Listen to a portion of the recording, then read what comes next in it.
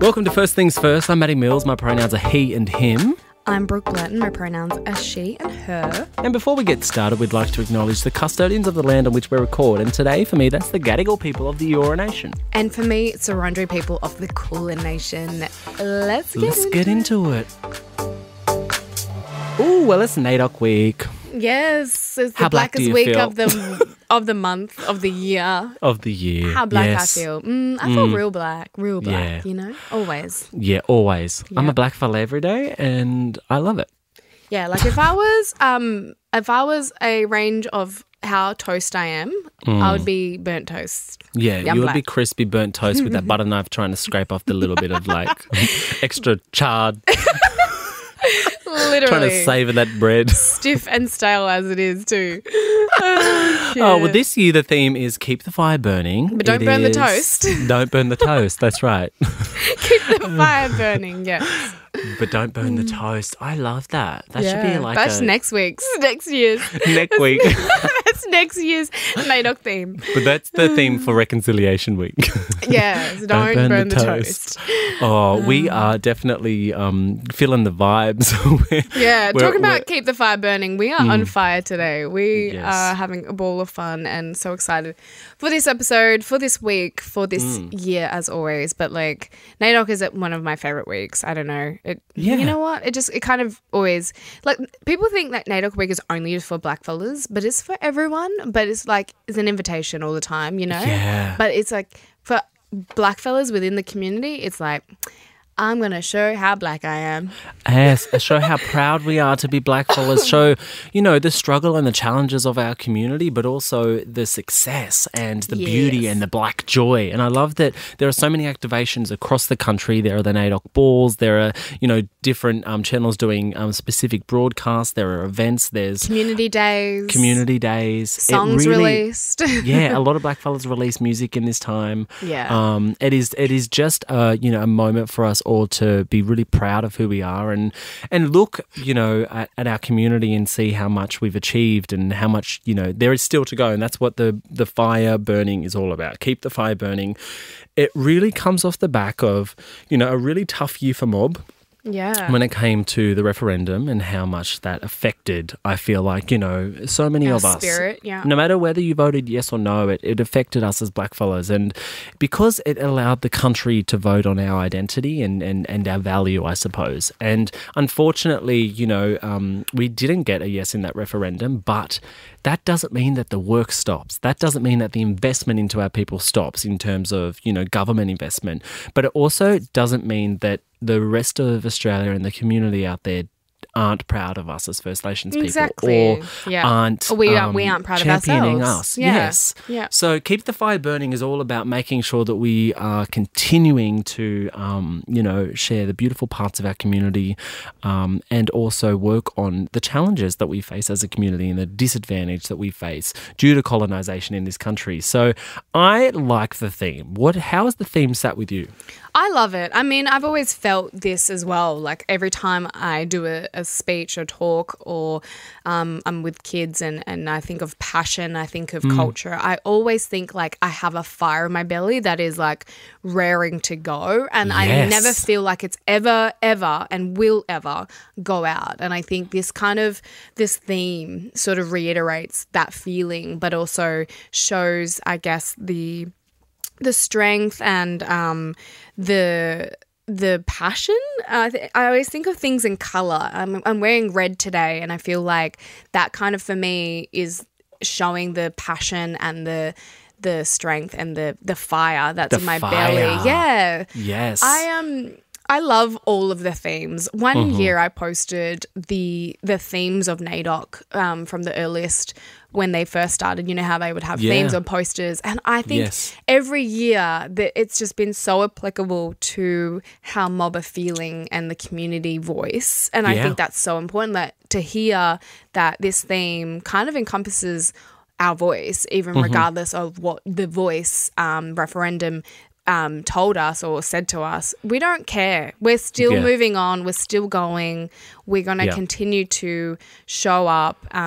Keep the fire burning is like the best representation. But I also love the notion and spirituality it has to land as well. We know that fire is such a central place in our community sometimes for community gatherings. We smoke to release and get rid of cleanse. Yeah, exactly. So as long as that fire is, you know, like still burning, there's so much healing still happening as well in the process. Yeah. Oh, I love that. I feel like you have encapsulated exactly what this theme is about. When I heard about this theme, I feel like for me, I asked myself the question, what is the fire for me? And the fire which lives within inside me, I feel like isn't the gas that you're thinking of. You know, I love a fart joke. She loves a fart joke, so I just had to pop that in there. But I am talking about the pride that I feel. And I say this, you know, I've said this for a number of years, and I've felt this, especially when I've had to explain to people what it feels like to be a black fella. There is nothing more exciting. There is nothing more deep within my soul or feeling or emotion that gets me reared up or gets me fired up or gets me inspired than the idea that, you know, as a black fella, the pride that I feel inside me is the fuel to my fire. And it's the first and last thing I, you know, constantly think about. It's like how proud I am to be a black fella, how proud I am to be, you know, a member of the oldest living culture on the planet. Yeah. How proud I am to see how far we've come when I think about my dad's life and the experiences that he had as a young man on the mission. Yeah. And the challenges and the racism and the stereotypes that he faced. But then I am a vision of my dad in the future. And it feels like we've come a long way. So the fire is burning, the fire is strong. And I feel like when you think about why we do what we do, it's about that, you know, that fire in our belly to make a difference for our people, to continue to make a path forward so that the future generations can be proud of who we are. And it always comes down to the why. And I know that we do it for our community. A lot of the stuff that we push for or break down those barriers for or are the first in that room for, it's because of our community. And this week highlights that at another scale. So I think it's really important for people outside of our community to get amongst it. Yeah, exactly. Like I talk about that invitation. Like it's NAIDOC week, you know, my earliest childhood memory of NAIDOC was when I was in primary school, and everyone just thought NAIDOC was this really sort of, I guess back in the day and the community that I grew up in, it always seemed like this very tokenistic kind of week where it would be like, you know, they'd have some mob come in, cook some kangaroo stew and damper and give it to all the kids, and we'd all sit around. And, you know, there wasn't like much more into the why of it. Yeah. It was just we just do this. And it wasn't until later, I guess, in my education era and learning so much more about the history that I understood sort of where this comes from and why we do it. And I want my kids to know that earlier on. I want young people to know why we do NAIDOC earlier on as well. It's not just fucking kangaroo stew and damper, which we love. It was such a great childhood memory and I used to love it, but there's so much more to what is NAIDOC. And and it's such an offering or an invitation for people to also do that learning and understand it too. And I guess come to the party, like come to the committee, come to the cult. You know, NAIDOC has been going on for a long time now, and obviously it started off as a protest and a way for recognition of First Nations people, challenges, struggle, and also a way for us to be heard. We go back to that voice. Now NAIDOC is a little bit different. It feels like more of a celebration, but there's definitely still that protest element to it, that fight element to it. It is a week for us to be able to have, a national focus on our community. And I love that the rest of Australia gets to see blackfellas in a different light within this week. Yeah. A lot of the time, our stereotypes are perpetuated throughout the media throughout the year. Yeah. When it comes to NAIDOC, it feels like there's a lot of lightheartedness, there's a lot of joy, there's a lot of positivity that is reflected from our community. So I love seeing that. I love seeing the balls that happen around the country, blackfellas getting dressed up and, you know, feeling themselves and looking amazing and having, you know, a celebration of who we are. But I also love the conversations that are sparked. Yeah, the sharing, the community events, it's just so beautiful. I love it too. Like I remember Miss NAIDOC like a couple of years ago, which is a huge like pageant type leadership thing for women, and I love that time of NAIDOC because it's like there's this crowning and it's beautiful and it shows like all of our young women leaders that are coming through. Like I don't know, I get really sentimental around this time of year. I think that NAIDOC, you know, I think that it'll continue to grow, and I think that there is a wider community out there that accept, you know, the offering of NAIDOC now. I think, you know, every year it becomes bigger, more people get involved from the wider community, and it's really about learning, educating yourself and understanding, you know, having a more understanding but also more respect for First Nations culture across our country. And I think that underpins the value that we hold within our nation and the investment from, you know, government as well. So even though we didn't get the voice, we still have these moments throughout the year where you can show your interest or your respect for our community. And but that support, should be on and support, but that should be on a day-to-day basis. It should, but if it's, you know, this is the week that you take that initiative and it's the week that you like, you know, you invest and you are taking that invitation or you know, that's great. Cool, welcome. Thank you. Yeah, but also if you know, use this week as a tokenistic way to show you I your will smash you. I will your fight you myself. performative allyship, I think that we'd rather have you step aside and not be involved, you know, especially companies who are doing one-off activations throughout the year in this week where they, you know, show their support but then don't have any fundamental, you know, support within their organisation for First Nations communities outside of that one panel that they're going to host in NAIDOC week. I think that's performative allyship, and that stuff can be actually quite detrimental. And I think we can read through it. I think people can see for what it is. I do know that there are also some great collaborations and great things that come out of NAIDOC that aren't tokenistic and aren't performative, but that if you are doing that, like, you're doing yourself a disservice, and we can read through it. People can see that, and it's not credible. You know what I mean? I agree. Yeah. So I think, you know, take a little bit of a tip out of our book, if you may, and just understand that, like performative allyship doesn't serve you as a business, organization or brand or whatever it is. It's only just saying like, we just don't care. And that's also reflects weak morals. Exactly. Like, and that stuff doesn't look good. Yeah, practice what you preach. And I think that's what we sort of take into account. And we think accountability is just the most important thing to have.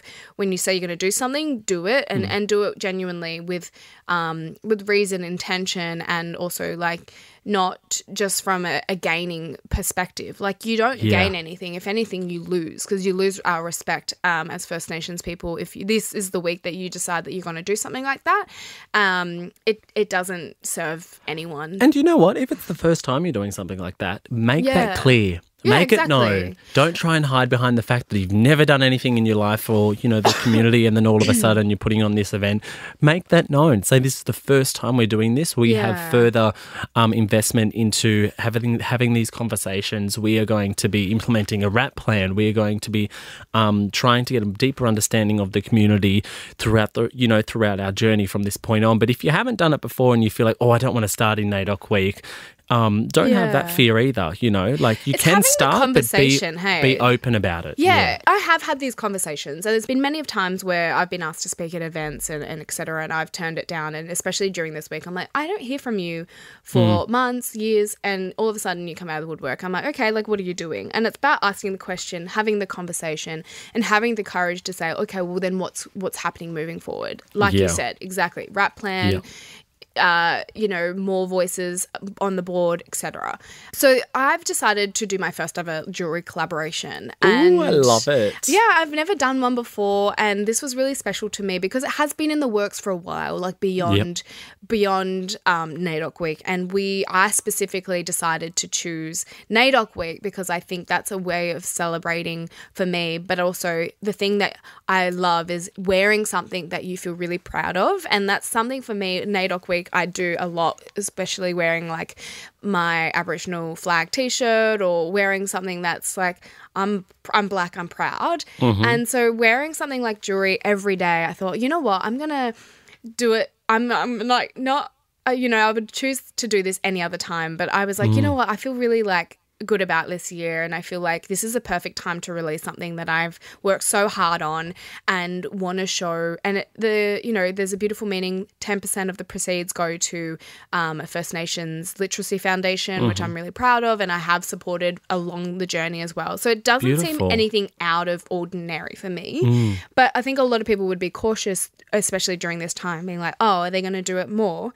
And I have advocated. So Francesca Jewelry are releasing this necklace. It's coming out NAIDOC week. My quote is stand in your truth, and I think that's really perfect towards the theme of keep the fire burning, is allowing truth telling and trying to just own yourself, own who you are, own your voice, find your voice. And I think it's this really powerful quote for me that I've lived my life through, and I guess my journey through TV, journey through Bachelorette is just being truthful and being honest. And anyone can, it's not just for black fellas, like it's for anyone. And I think that's the perfect, thing for me in releasing this, is that I want people to be coming to the party. Like I want people to, and I'm saying to you, like, stand in your truth. Like regardless of what situation or where you come from, this is a great opportunity to not just buy a necklace per se, but also like lives by something that accountability or like and it's also putting your money where your mouth is too, supporting the community through that way of being able to buy something that you love, but it also has contributions to the community in a financial way, because financial ways are important. It might seem like people go on about finances, but the thing is, it's really hard for black fellas to tap into intergenerational wealth. So when it comes to finances, I'm all about paying the rent, paying back, paying your way forward into the community. I wanted to ask, based on this theme, keep the fire burning, what are some things this year that you're going to extinguish, and what are some things you're going to put some more fuel to the fire on? Ooh, that's a great question, Maddie. And I feel like I've spoken about this previously, where I feel like I'm in a bit of a rebirth. Like over the couple of years, I've really focused on my healing and living in my soft girl era, and I guess just kind of pulling back the layers and unraveling and in a good way, and I guess like unpacking my trauma and my experiences and using them as fire to drive myself forward. And it has taken me, 500 steps back, but I honestly feel like this is going to be such a vital thing to my future, and it's only going to traject me forward, obviously. So I think for me, I'm learning to not and understand that people don't care as much as you think that they do. As much as I want people to care about the things that matter to me, obviously, like NAIDOC week and First Nations issues and things like that. When I walk into a room, people aren't looking at me and saying things that I think that they're saying, you know what I mean? And not having that voice. So for me, it's quietening the negative voice that I have in my head and how I feel about myself. So that's something that I'm not extinguishing completely, just quietening a little bit more. And the thing that's giving me fire is my creativeness, is like putting myself in a more creative industry and telling stories and finding my voice, and that's going to only ever make me stronger. And probably using my voice as an instrument is such a powerful thing. I love that. What about you? I'm so excited for you to be going down this creative route, because I know what it's like to wake up every day, and you know what it's like, because you've carved your own future and your own career and your own dreams out for yourself. But to be able to wake up and be creative, and to be able to I suppose, you know, whenever especially when I'm acting, like for me, they're the best moments. Like they're really beautiful days where I'm able to explore not just the character but myself. So I'm so excited for you to go down this acting journey. And when you know, when you get a show or when you get a role, I'm going to be the first one there in the front row. Like I'll be supporting you 100%. Thank you. I think the best thing about this is like, if I am good at it, great. I've actually explored that. If I'm not, I've also explored that. And I think there's no losing here for me in a situation like this. And I think that's the fire burning is like, you don't lose, you grow. Things. Yes. And I think that's what we need to tell our younger selves is that exploration is the perfect like way to finding what you love and what you know what you don't love as well. Like it's just Well, this year for me, the fire burning theme and what I'm extinguishing and what I'm going to be putting more fuel to, I think more fuel to me leaning into my authenticity within all aspects of my career. For so long, I feel like I've tried to curate a version of myself that appeals to mainstream media.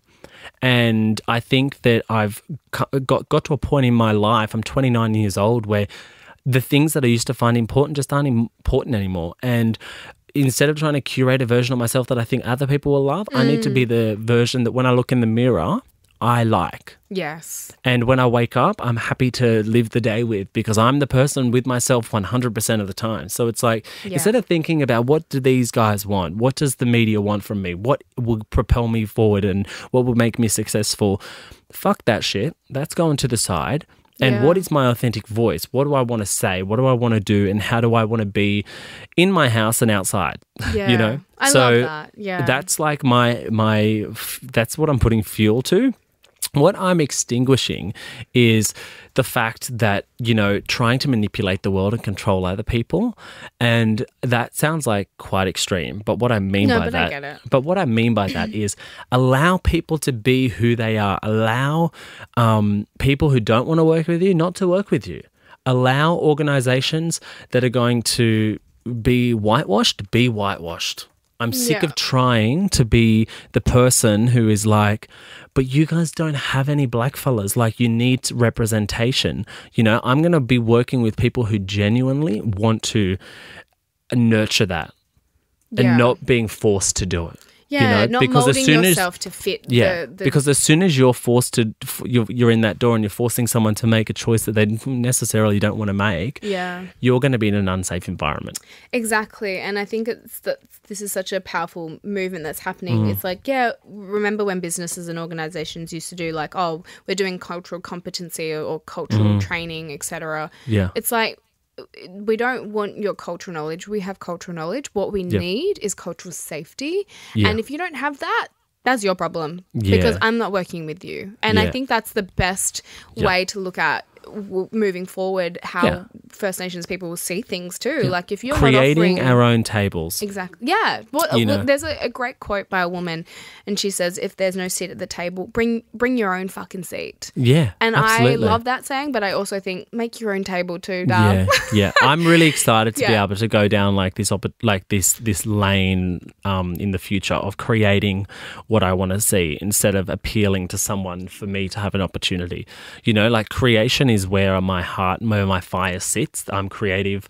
That's like my main passion, my main driver is like my creative side. So I can create what I want to see. I don't need to be out there, you know, begging the masses or begging commercial networks to be like, hey, please, you know, like give me an opportunity. Fuck that shit. I'm going to create my own. But I think based on that, like that's the energy I'm going into NAIDOC week with as well. Yeah. You know? All right. Yeah. Love that. That's a great way to end.